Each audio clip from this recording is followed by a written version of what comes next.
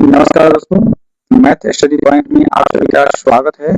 और आज जो हम लेकर आए हैं वो ट्रायंगल त्रिभुज का जो है बेसिक जानकारी है।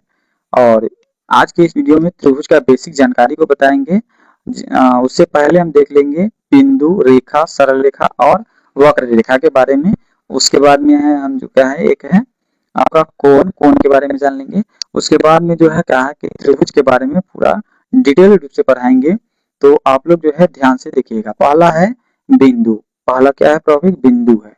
देखिए यहाँ पे एक बिंदु हम लगा दिए। इसमें क्या है, न तो लंबाई दिख रहे हैं, न चौड़ाई है और न क्या है मोटाई है। नहीं है ना, कुछ भी नहीं है।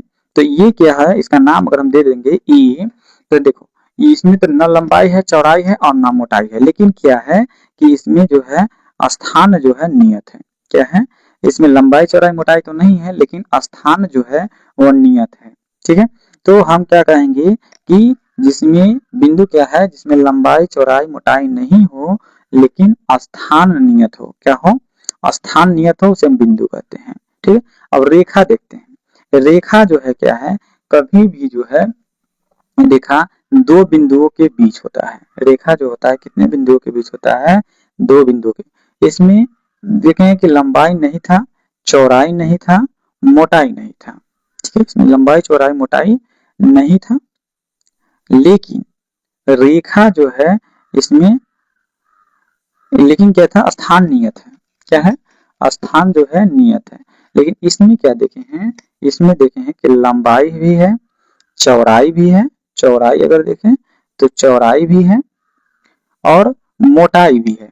ठीक, यानी देखिए लंबाई है, चौड़ाई मोटाई है, लेकिन नाम मात्र के है। ठीक है, ना के बराबर है, इसलिए हम क्या कहते हैं कि लंबाई चौड़ाई नहीं है, निम्न है, मैंने बहुत छोटा है। ठीक है, तो क्या है, इसलिए हम कहते हैं कि जिसमें लंबाई हो, चौड़ाई और मोटाई नहीं हो। ठीक है, तो उसे हम क्या कहेंगे? रेखा कहेंगे। क्या कहेंगे? रेखा कहेंगे। ठीक है, अब देखिए, अब हम लोग देखते हैं, एक देखिए रेखा है। ठीक है, रेखा है, रेखा है तो कम से कम कितना बिंदु पर होना चाहिए?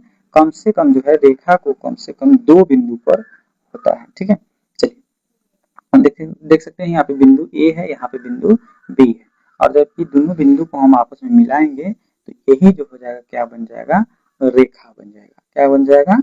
रेखा बन जाएगा, साइड बन जाएगा। ठीक है, ये रेखा में कम से कम जो है, रेखा में कम से कम कितना के लिए कम से कम कितना होना चाहिए? दो बिंदु होना चाहिए। बिंदुओं की संख्या कितना होना चाहिए? दो होना चाहिए।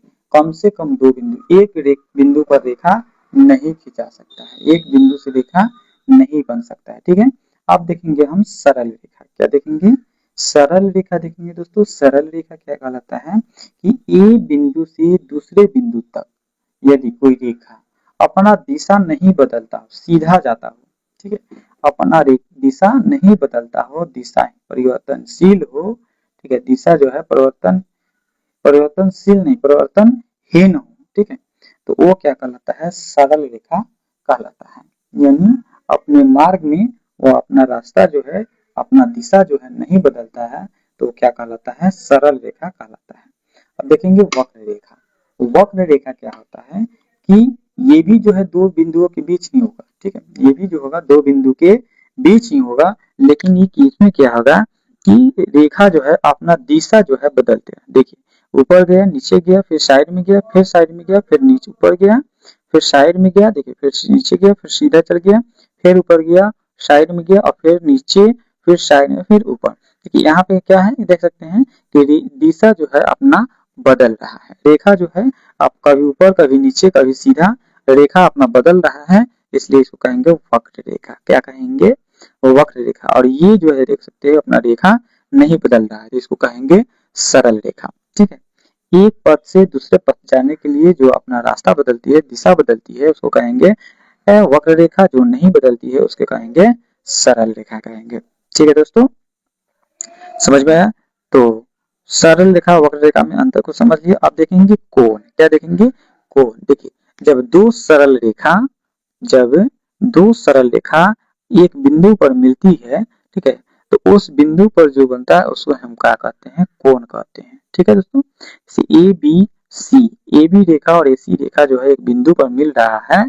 ठीक है, तो वो उससे बन रहा है, उसके बीच जो बन रहा है उसको हम क्या कहेंगे, कोण कहेंगे। ठीक है, तो कोण के लिए कम से कम कितना रेखा चाहिए, तो 2 रेखा चाहिए। कितना रेखा चाहिए, 2 साइड चाहिए, यानी 2 रेखा चाहिए कोण के लिए। ठीक है दोस्तों, चलिए अब देखेंगे दोस्तों आगे।